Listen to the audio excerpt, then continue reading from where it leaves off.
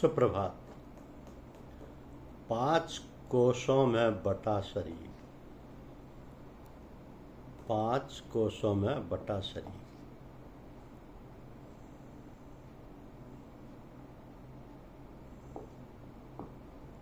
शरीर में 3 शरीर होते हैं। इस हाड़मास के शरीर में 3 शरीर होते हैं। ये स्थूल शरीर, सूक्ष्म शरीर और कारण शरीर। ये तीनों शरीर एक दूसरे से ओतप्रोत हैं और इन्हीं के मेलजोल और तालमेल से जीवन का सारा व्यापार चलता है।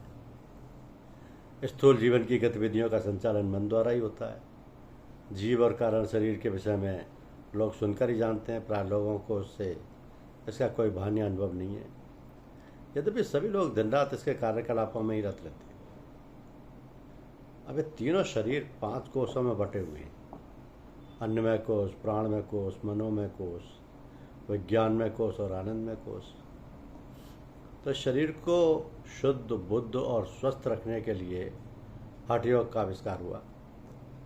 हठ योग स्थूल शरीर, अन्नमय कोश और प्राणमय कोश को शुद्ध करके उस पर शासन करता है। और जब प्राणों पर अंकुश लग जाता है तो मन भी शिथिल पड़ जाता है और चंचलता में कमी आ जाती है। उसके बाद आता है राजयोग।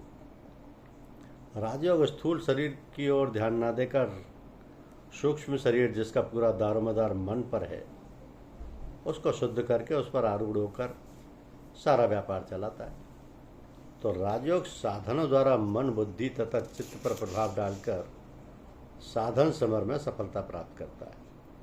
मानसिक शक्तियों पर विजय प्राप्त कर बहुत सी सिद्धियों पर विजय प्राप्त करता है और इस प्रकार मनोमय कोश और विज्ञानमय कोश को शुद्ध करके आगे बढ़ता है।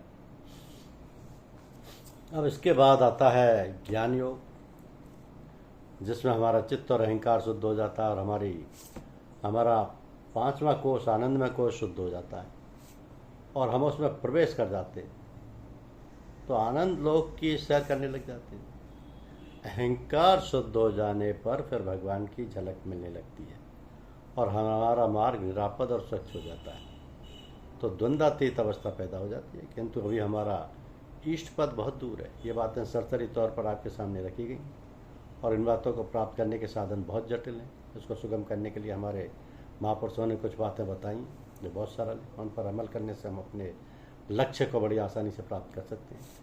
कि हमारे शरीर में आँख बहुत खास इंद्रिय है और आँख का व्यापार बहुत व्यापक है। या तो हमारे आँख इधर उधर बिना मतलब की चीज़ों पर ना पड़े, देखें तो बहुत से अपराधों, पापों और गुनाहों से बच सकते हैं। अगर इनको ना देखें तो इसकी संतों ने, बुजुर्गों ने नज़र वर कदम बतलाया है। इसका अर्थ है अपने पैरों पर नज़र रखना। चलते चलते कहीं भी आए जाएं, अपनी दृष्टि को पाँव के ऊपर रखें, जिससे हमारी दृष्टि ऐसी चीज़ों पर ना पड़े जिनको देखने से हमारे दिल और दिमाग पर बुरा असर पड़े।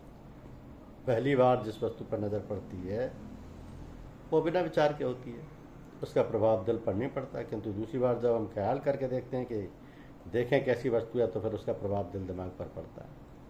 तो ऐसा बार बार करने से संस्कार बन जाता है। इसलिए जो साधक हैं, जो आध्यात्म के विद्यार्थी हैं, उनको चाहिए कि व्यर्थ में अपनी शक्ति नष्ट ना करें। जो साधक पुराने अभ्यास करते करते वो आगे बढ़ चुके हैं, उनको अपनी आंतरिक स्थिति पर ध्यान रखना चाहिए। उनकी स्थिति कैसी चल रही है, उनकी किस चक्र की हालत कैसी है, कौन सा चक्र खुल गया है, कौन सा खुल रहा है, ध्यानपूर्वक उस दशा को देखता समझता रहे। संत, सूफी और महात्माओं को अपना विचार व ध्यान बराबर अपने कदम के बराबर रखना चाहिए। धन्यवाद।